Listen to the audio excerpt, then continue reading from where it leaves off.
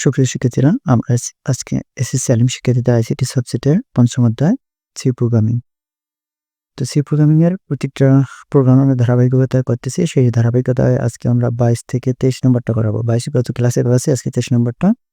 ২৩ নম্বরটা হলো একটি সংখ্যা ধনাত্মক না ঋণাত্মক তা বের করার জন্য অ্যালগরিদম প্রসেস সি প্রোগ্রামিং। তো আপনারা জানেন প্রত্যেকটা প্রোগ্রামের আমরা ৩ টা ধাপ করি। ঠিক আছে? তো এই ৩ টা ধাপের মধ্যে যেকোনো একটা ধাপ উদ্দীপকে দেওয়া থাকবে। গ নম্বরে একটা চাপে আর ঘ নম্বরে একটা চাপে। যেমন মনে করেন যে ফ্লোচার্টটা উদ্দীপকে দেওয়া থাকলো, গ নম্বরে অ্যালগরিদম চাইলো, ঘ নম্বরে সি প্রোগ্রামিং বা গ নম্বরে সি প্রোগ্রামিং, ঘ নম্বরে অ্যালগরিদম। এরকম উল্টাপাল্টা থাকতে পারে। কিন্তু ৩ টা ৩ জায়গায় থাকবে। উদ্দীপক গ, ঘ। ঠিক আছে? এটাই। তো এটাই কিন্তু নির্ধারিত ভাবে না যে কোনটা কোন টপিকটা কোন জায়গায় থাকবে এটা নির্ধারিত না। তবে ৩ টা টপিক ৩ জায়গায় থাকবে এটা সিওর। ঠিক আছে? তবে মাঝে, মাঝে একটু ব্যতিক্রম হতে পারে, সেটা ঠিক আছে। তো এখন আমরা একটা সংখ্যা ধনাত্মক না ঋণাত্মক তা জানার জন্য আমরা আ ফ্লোচার্ট অ্যালগরিদম সি প্রোগ্রামিং করব। তো এখানে দেখেন, হুম, আপনাদের এখানে আরেকটা বিষয় দেখে নিয়ে আসি। সেটা হলো আমাদের এই প্রোগ্রামটা করার জন্য বা গত যেটা ২২ নম্বর এটা করার সময় আমরা ইপিএলস এর ব্যবহার দেখছিলাম। তো এখানে কিন্তু ইপিএলসটা লাগবে। তো যদি ইপিএলসটা আপনারা না জেনে থাকেন, আপনারা এখানে থেকে জেনে নিতে পারেন। আমরা দেখাচ্ছি, সমস্যা নেই। এটা হলো কন্ডিশনাল কন্ট্রোল স্টেটমেন্ট, অর্থাৎ এখানে সি প্রোগ্রামিং এর কন্ট্রোল স্টেটমেন্ট ২ প্রকার হয়ে থাকে। একটা হচ্ছে কন্ডিশনাল কন্ট্রোল স্টেটমেন্ট, একটা হচ্ছে লুপ কন্ট্রোল স্টেটমেন্ট। তো আমাদের এখানে যে প্রোগ্রামটা করাবো সেই প্রোগ্রামটা বা গত দিনের প্রোগ্রামটা এখানে ব্যবহার করা হয়েছে if else conditional control statement. তো কন্ডিশনাল কন্ট্রোল স্টেটমেন্ট এই যে ৪ টা if else, else if, switch. তো এইগুলোর মধ্যে থেকে আমাদের এই প্রোগ্রামে শুধু লাগবে ইফ এলস স্ট্রাকচারটা। ইফ এর পর condition, single bracket start, block 1 অথবা স্টেটমেন্ট 1 থাকতে পারে। কোন বইয়ে হয়তোবা দেখবেন যে স্টেটমেন্ট 1 আছে, সমস্যা নেই। অর্থাৎ এখানে একটা স্টেটমেন্ট হবে, তারপর সিঙ্গল ব্র্যাকেট ক্লোজ, আবার এলস, তারপর সে ব্লক 2 অথবা স্টেটমেন্ট 2 হতে পারে। ঠিক আছে? তো এইটা হচ্ছে স্ট্রাকচার। এই স্ট্রাকচার অনুযায়ী আমাদের ওই সি প্রোগ্রামটা সলিউশন করতে হবে। ঠিক আছে? তো এটা দেখালাম। এখন আমরা সরাসরি চলে যাচ্ছি আমাদের হোয়াইট বোর্ডে। তো এখানে আমরা একটা সংখ্যা ধনাত্মক না ঋণাত্মক তা বের করার জন্য আমরা ফ্লোচার্ট বের করব বা সি প্রোগ্রামিং। তার আগে আমাদের জানতে হবে যে সংখ্যাটা ধনাত্মক ঋণাত্মক কিভাবে হয়? তো মনে করি আমি একটা সংখ্যা লিখলাম। হুম, তো মনে করেন যে আমি একটা সংখ্যা লিখি, যে সংখ্যাটা লিখলাম আমি 7। এই সংখ্যাটা কি? তো আপনারা নিশ্চিন্তে বলতে পারবেন এই সংখ্যাটা আসলে ধনাত্মক সংখ্যা। আর যদি লিখি -7 তাহলে এটি ঋণাত্মক সংখ্যা। তাহলে এখন আপনারা ভাববেন যে বা আমি বলতে পারি যে এখানে কিভাবে চিনবেন যে কোন সংখ্যাটা ধনাত্মক, ঋণাত্মক। ঠিক আছে? এটা মূলত চিনার। হয়তোবা বলবেন যে মাইনাস দেখেছি। কিন্তু মাইনাস দেখা মাইনাস বাদ দিয়েও কিন্তু আরেকটা অপশন আছে বা একটা মোড সিস্টেম আছে, সেটা হলো আমরা সংখ্যা রেখে একটা টপিক পড়ছিলাম। আমি দেখাচ্ছি আপনাদের। মনে করেন যে এখানে হচ্ছে 0। তারপর হচ্ছে এই এই দিকে কিছু সংখ্যা দেওয়া আছে মান। এটা হলো +1, এটা হচ্ছে +2, এটা হচ্ছে +3, এটা হচ্ছে +4। তারপর হচ্ছে এটা -1, এটা -2, এটা হচ্ছে -3। ঠিক আছে? এরকম। তো এই সংখ্যাগুলো হচ্ছে আপনার মাইনাস, এই সংখ্যাগুলো হচ্ছে প্লাস। অর্থাৎ 0 টা হচ্ছে নিরপেক্ষ। যদি আমরা বলতে পারি ঋণাত্মক সংখ্যা কোনগুলো? যদি দেখি কোন সংখ্যার ভ্যালু বা মান 0 থেকে কম, সেটা হচ্ছে নেগেটিভ বা মাইনাস বা ঋণাত্মক। তো এই ঋণাত্মক মানগুলো হচ্ছে 0 থেকে কম। আর +1, 2 হচ্ছে 0 থেকে বড়। ঠিক আছে? অর্থাৎ 0 থেকে বড় ভ্যালু বা মানগুলো হচ্ছে ধনাত্মক, আর 0 থেকে কম ভ্যালুগুলা হচ্ছে ঋণাত্মক। যদি এটা আরো ভালোভাবে বুঝতে চান তাহলে আরো একটু বুঝাচ্ছি। মনে করেন যে 0 হচ্ছে নিরপেক্ষ অবস্থা। মানে আ এর কাছে মনে করেন আমার কাছে কিছু টাকা নাই, আমার কাছে কেউ টাকা পায়ও না। মানে একদম 0 অবস্থায় আছি। আর যখন +1 বলতে আমার কাছে ৳১ আছে। +2 আমার কাছে ৳2 আছে। +3 আমার কাছে ৳3 আছে। এরকম আনলিমিটেড চলতে থাকবে। এখন যখন মনে করেন -1 হয়, তার মানে হলো আমার কাছে টাকা নাই, বরং কেউ একজন আমার কাছে ৳১ পায়। -2 মানে কেউ একজন আমার কাছে ৳2 পায়। অর্থাৎ ঋণ, এটা ঋণ। ঋণ ভাবতে পারেন। অর্থাৎ এগুলো হচ্ছে 0, অর্থাৎ নাই থাকা মানে টাকা তো নাই, বরঞ্চ আরো ঋণ আছে। ঠিক আছে? তো এগুলো হচ্ছে নেগেটিভ, অর্থাৎ যেটা 0 থেকে কম ভ্যালু সংখ্যা সেটা হচ্ছে নেগেটিভ মান বা ঋণাত্মক মান, আর 0 থেকে বড় সংখ্যাগুলো আছে ধনাত্মক মান। তো মূলত এগুলো অনুযায়ী 0-র উপর ডিপেন্ডস করে এই ধনাত্মক ঋণাত্মক নির্ণয় করা হয়। অর্থাৎ 0 থেকে বড় ভ্যালু মান ধনাত্মক আর 0 থেকে কম ভ্যালু মান ঋণাত্মক। মাইনাস ওয়ালাগুলো কিন্তু কম ভ্যালু। মাইনাস মানে হচ্ছে এখানে ঋণ বা এখানে মনে করেন যে কেউ টাকা পাবে বা ঋণগ্রস্ত এটা। আর +1 মানে হচ্ছে এখানে রিজার্ভ আছে ৳1 বা ৳2 যেটা সংখ্যা দেওয়া থাকবে সেটাই। ঠিক আছে?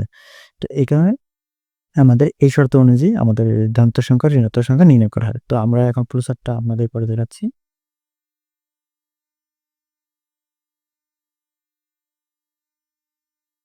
স্টার্ট, ইনপুট, ইনপুট আমরা একটা সংখ্যা নেব। যেকোনো সংখ্যা an, a থেকে যেটার মধ্যে যেকোনো। তো এখানে n ধরলাম, কোনো সমস্যা নেই। এটা হচ্ছে ইনপুট সংখ্যা। তো ইনপুট সংখ্যাটা এই যে 7 বা 8, 9 সামথিং কিছু হতে পারে। তো এই সংখ্যাটা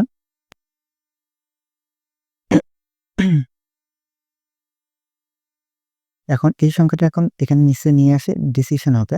ডিসিশনটা কি? ডিসিশনটা হলো যে ডিসিশনের চিহ্ন এটা, ঠিক আছে? যে n এর মানটা, যে আমরা n এর মানটা নিলাম, সেই n এর মানটা আপনার ইকুয়াল 0, ঠিক আছে? ইকুয়াল 0 প্রশ্নবোধক চিহ্নটা জায়গা নাই, আমি এখানে দিলাম। ঠিক আছে? অর্থাৎ n এর মানটা, n এর মান কি 0 থেকে বড়, ইয়েস অথবা নো। ঠিক আছে? আপনাদের বলছিলাম যে কি জানি কন্ডিশন বা সরি সিদ্ধান্ত। সিদ্ধান্ত এখানে আপনাদের মনে রাখতে হবে ২ টা অপশনে কাজ হয়, সেটা হলো ইয়েস আর নো। তো এটা হচ্ছে নো, এটা হচ্ছে ইয়েস। ইয়েস আর নো।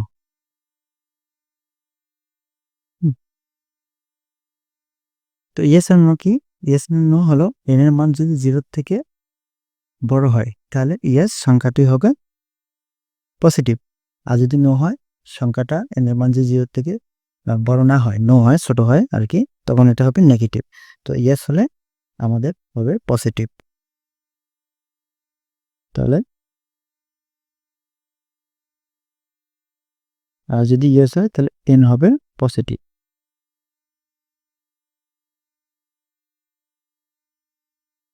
ঠিক আছে? এটা আউটপুট ফাংশন, যার কারণে আউটপুট ফাংশনের মতই হবে। আর যদি নো হয় তাহলে n হবে নেগেটিভ। ঠিক আছে? নো হলে নেগেটিভ। তারপর এখন সর্বশেষ এই দুটো মান অনুযায়ী আমাদের ফলাফল প্রকাশ করতে হবে এবং প্রোগ্রাম শেষ করতে হবে।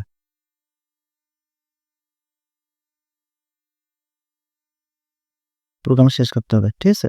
তো এই দ্বারা প্রকাশ করা হলো আমাদের প্রোগ্রামটা শেষ। তো এখন এই হলো অ্যালগরিদম। ঠিক আছে? আবারও একটু বুঝিয়ে দিই যে এখানে আমরা একটা সংখ্যা নেব n, যেটা অন্য চলক ধরতে পারি a থেকে যেটার মধ্যে যেকোনো। তো n এর মান যেকোনো একটা সংখ্যা 7 বা -7, ওই 7 বা -7 টা 0 থেকে বড়, ইয়েস অথবা নো। যদি ইয়েস হয়, বড় হয়, তাহলে সংখ্যাটা পজিটিভ, আর যদি না হয়, ছোট হয়, ছোট হলে তো বলা যাবে না নো। না হলে তখন ওই সংখ্যাটা হবে নেগেটিভ। ঠিক আছে? এখন এই পজিটিভ হোক আর নেগেটিভ হোক, এই দুটোর মধ্যে যেকোনো একটা ফলাফল রান করবে। ঠিক আছে? তো এই ছিল অ্যালগরিদম। এখন সরি ফ্লোচার্ট। এখন আমরা অ্যালগরিদমটা পড়াচ্ছি। তো দেখেন এখন অ্যালগরিদমটা পড়াচ্ছি আমরা। স্টেপ আসতেছে।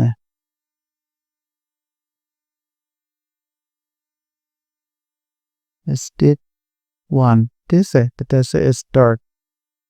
তারপরে স্টেপ 2, এটা হচ্ছে ইনপুট, ঠিক আছে? ইনপুট n, তারপর আছে স্টেপ 3, এটা হচ্ছে আমার n গ্রেটার দেন ইকুয়াল 0, ঠিক আছে? ইকুয়াল 0, যদি n এর মান 0 থেকে বড় হয় তাহলে ইয়েস হবে। ইয়েস, ইয়েস পজিটিভ n,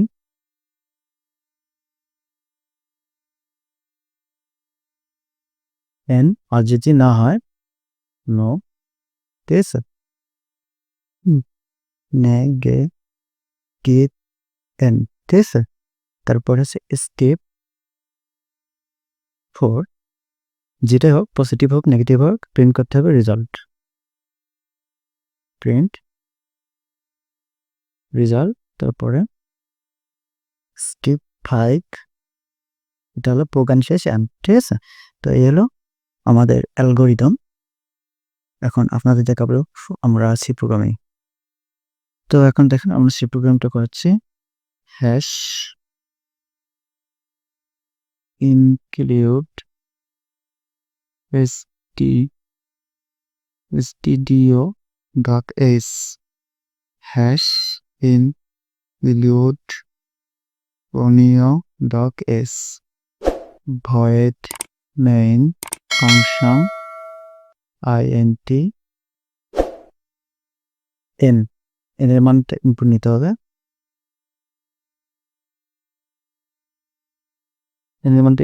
হবে, তারপর স্ক্যান অ্যাপ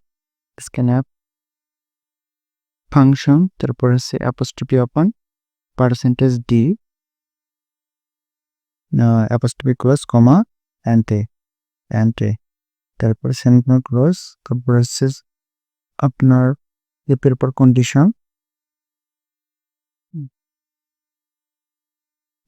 কন্ডিশন, এটা হচ্ছে can equal greater than and equal 0, ঠিক আছে। এর মানটা 0 থেকে বড় কিনা, যদি বড় হয় তাহলে প্রিন্ট করতে হবে print F first bracket open close apostrophe, তারপর আছে %d ইজ পজিটিভ,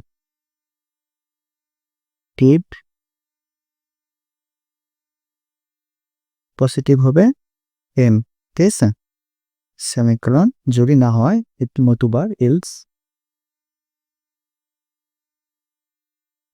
তারপর প্রিন্ট প্রিন্ট এফ, তারপর first bracket open close apostrophe %d is negative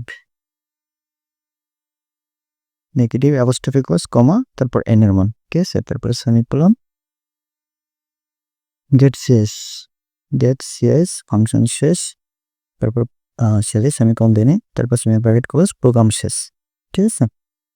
এই ছিল, এটা কিন্তু ইপিএলসি এর গঠনটা অবশ্যই মনে রাখবেন, এটা ইপিএলসি অনুযায়ী হলো। তো এখন এই কোডটা আমরা আপনাদের রান করে দেখাবো।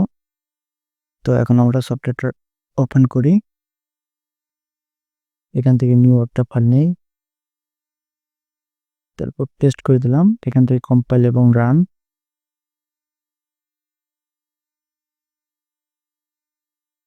একটা আমরা সংখ্যা দিলাম 7, তাহলে এই 7টা হলো পজিটিভ সংখ্যা। তো এখন আরেকবার রান করি, একটা অন্য সংখ্যা দেব -7, তাহলে এটা হচ্ছে নেগেটিভ, মাইনাস যেহেতু 0 থেকে ছোট সংখ্যা সেহেতু এটা নেগেটিভ। তো আমাদের দুটোই ফলাফল এখানে শো করলো, তার মানে আমাদের কোড অ্যাকুরেট ঠিক আছে, কোনো প্রকার ভুল নাই। তো এই কোডিংটা আমরা কোড ব্লক নামক একটা কম্পিউটার সফটওয়্যার দেখালাম। আপনারা চাইলে আপনাদের যাদের কম্পিউটার নাই তারা স্মার্টফোন দিয়ে করতে পারবেন। স্মার্টফোনের ক্ষেত্রে প্লে স্টোর থেকে একটা সফটওয়্যার ডাউনলোড করে দেবেন CH নামে, ঠিক আছে। তো ওখানে অনেক সফটওয়্যার আছে, তবে আমরা পার্সোনালি CH ইউজ করি, হয়তোবা স্ক্রিনে আপনারা লোগোটা দেখতে পাচ্ছেন, ঠিক আছে। এই সফটওয়্যার ডাউনলোড করে আপনারা একইভাবে কোডিং করে একইভাবে রান করতে পারবেন, ঠিক আছে। তো এই ছিল আমাদের সি প্রোগ্রামিং। তো এই ছিল একটি সংখ্যা জন্য ধনাত্মক ঋণাত্মকটা বের করার জন্য আমাদের সি প্রোগ্রামিং অ্যালগরিদম এবং ফ্লোচার্ট। তো এখান থেকে সলিউশনটা আপনারা নোট করে নেবেন, যদি এখান থেকে আপনাদের কষ্ট হয় বুঝতে, তাহলে আমাদের শীটে সুন্দরভাবে দেওয়া আছে, শীট থেকে তুলে নেবেন। আর এই শীটগুলো প্রতিটি ভিডিওর নিচে ডিসক্রিপশন বক্সে পিডিএফ আকারে আছে, আপনারা চাইলে ডাউনলোড করে ফোনে কম্পিউটারে ইউজ করতে পারবেন অথবা প্রিন্ট করে নিতে পারবেন, কোনো সমস্যা ছাড়াই, ঠিক আছে। তো এই ছিল আজকের লেকচার। সবাই আমাদের চ্যানেলটাকে সাবস্ক্রাইব করবেন এবং বন্ধুদের সাথে শেয়ার করবেন। সবাইকে ধন্যবাদ। আজকে এ পর্যন্তই। খোদা হাফেজ।